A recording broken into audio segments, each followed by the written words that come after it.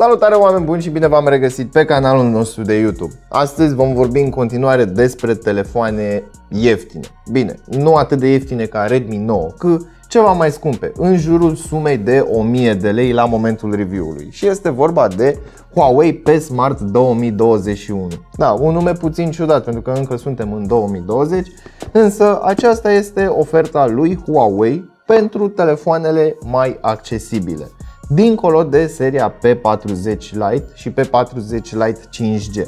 Dar vom vedea în minutele ce urmează că acest telefon se aseamănă foarte mult cu varianta fără 5G a telefonului P40. Hai să vedem despre ce este vorba și după aia îl vom testa și ne vom juca puțin cu el. Dar înainte de toate, nu uita să te abonezi și să activezi notificările, iar mai apoi intră pe cel.ro/giveaway pentru a te înscrie în concurs. Dar înainte de a trece la treburile noastre, în cazul în care îți place aventura și vrei să-ți clătești ochii cu peisaje, poți să te abonezi la canalul nostru care se numește România din dronă, iar acolo poți vedea diferite orașe sau diferite scene cinematice trase cu drona și bineînțeles cu GoPro-ul. Înainte de a cotrobui în această cutie, trebuie să vă anunț că aceasta este varianta pentru prezentare. Nu este varianta retail, așadar mici diferențe vor fi între ceea ce vedeți aici și ceea ce veți găsi în cutia din magazin. Suntem întâmpinați de telefon pe care îl voi da deoparte. Sub acesta avem un plic, iar cutia mea nu are papetăria aferentă, dar cel mai probabil în varianta retail acele cărticele vor fi introduse aici. Cheița pentru sertar și mai departe un încărcător de 22,5W maximum. În final avem și cablul de date și încărcare, USB tip C, USB tip A. În primul și în primul rând vreau să văd ce fel de sertar avem. Este un sertar non-hibrid, avem cele două SIM-uri și slotul de expansiune pentru memoria internă.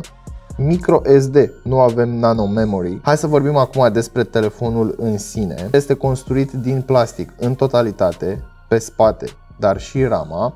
Avem quad camera de 48 de megapixeli. Butoanele se află pe partea din dreapta a telefonului, volum plus, volum minus, iar butonul de power ascunde și un senzor de amprentă. La baza telefonului, grila pentru difuzor, mufa de încărcare USB tip C, o mufă jack și gaura pentru microfon.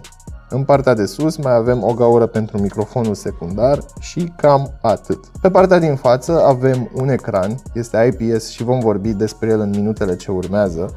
Vine cu o folie de plastic preaplicată, iar în partea de sus avem camera pentru selfie într-un punch hole pe mijlocul ecranului. Cam așa arată telefonul cu sistemul de operare pornit. Hai să ne uităm să vedem ce versiune de Emotion UI avem, 10.1.1 și cu ultima versiune de Android și anume versiunea 10. De asemenea avem 128 de GB spațiu de stocare intern cu 4 GB RAM și un procesor Kirin 710A pe 14 nanometri. Dacă observați aici la nume apare Huawei Y7A. Dacă veți căuta pe internet acest nume, veți observa că este unul și același telefon, dar cu un alt nume vândut pe o altă regiune a acestui pământ. Acum, în ceea ce privesc testele sintetice, am încercat să instalez manual Geekbench 5, însă aici în APK Pure, unde am încercat să-l instalez, îmi dă o eroare și nu am înțeles exact de ce. Îi voi da încă o dată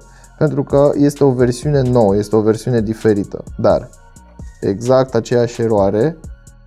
În orice caz, acest telefon, facând parte din segmentul mid-range și neavând un procesor de top, va putea să ruleze jocurile populare, însă nu la o rezoluție și nu la un nivel de detaliu atât de mult cum pot procesoarele Snapdragon 865 sau echivalentul lor de la Samsung. Însă, per total, nu este un telefon rău, este un telefon cu care poți să-ți duci la capăt toate sarcinile tale de zi cu zi, incluzând managementul de fișiere, apeluri, mesaje, bineînțeles, rețele de socializare și așa mai departe. Hai să vorbim acum puțin și despre camerele foto ale acestui telefon. Se aseamănă foarte mult cu Huawei P40 Lite. Senzorul principal este aici, este a treia cameră de la stânga la dreapta Este un senzor de 48 de megapixeli, f1.8, fără stabilizare optică. Mai departe avem 8 megapixeli f2.4 ultra-wide, 2 megapixeli f2.4, două camere, una macro și una depth. Pe partea din față a acestui telefon avem o cameră de selfie, este o cameră modestă de 8 megapixeli f2.0. Această cameră este folosită și pentru deblocarea facială, care funcționează ceva de genul acesta. Nu este extraordinar de rapidă, dar își face treaba. Cam așa. În schimb, avem un senzor de amprentă, cel pe care l-am menționat mai devreme, este foarte rapid și îmi place acest lucru pentru că, sincer să fiu, nu cred că am văzut vreodată un telefon de la Huawei să aibă senzorul de amprentă leneș. Hai să aruncăm o privire și asupra aplicației de cameră, care este destul de simplistă, este o aplicație clasică. În partea de jos avem modurile, la More avem un mod Pro, unde putem selecta diferite opțiuni pentru fotografia manuală, ceea ce îmi place foarte mult, întotdeauna mi-a plăcut la Huawei această opțiune. Video, Settings, hai să vedem care este rezoluția maximă. Full screen 1080, deci putem filma 1080p la maximum 60 de cadre pe secundă. Este o cameră destul de decentă din punctul meu de vedere, cel puțin pentru acest telefon și pentru acest segment de preț. Majoritatea dintre noi facem poze cu camera principală, motiv pentru care personal apreciez telefoanele Pixel, camera principală de la Apple. În schimb, ultra-wide, wide, zoom, 2x, 3x mi se par așa niște jucărele. Având în vedere calitatea foto a acestui telefon, este foarte asemănătoare cu P40 Lite. De ce? Pentru că, exact cum v-am spus și mai devreme, avem exact aceleași camere. Nu este rea, dar nici stelară. În schimb, îți poți face o grămadă de poze de vacanță, iar cu un trepied, telefoanele astea pot să facă minuni. Hai să vorbim puțin și despre calitatea audio. Pe căști se aude mai mult decât decent. Hai să vorbim și despre difuzor. Este destul de tare cât să nu ratezi apeluri în zone aglomerate. În schimb, calitatea audio nu este extraordinară. Frecvențele se întrepătrund, definirea sunetului nu este atât de bună.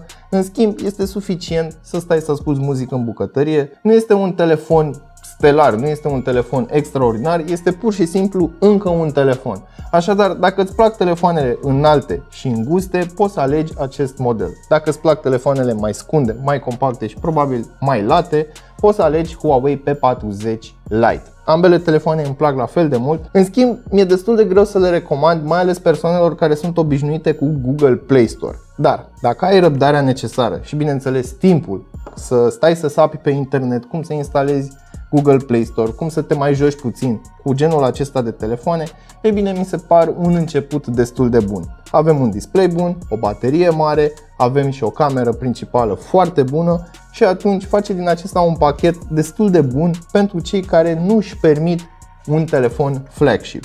Cam asta ar fi de spus. Până data viitoare, nu uitați să verificați descrierea pentru link-uri utile și prețuri actualizate și totodată dați-vă cu părerea despre acest model în secțiunea de comentarii de mai jos. Salut!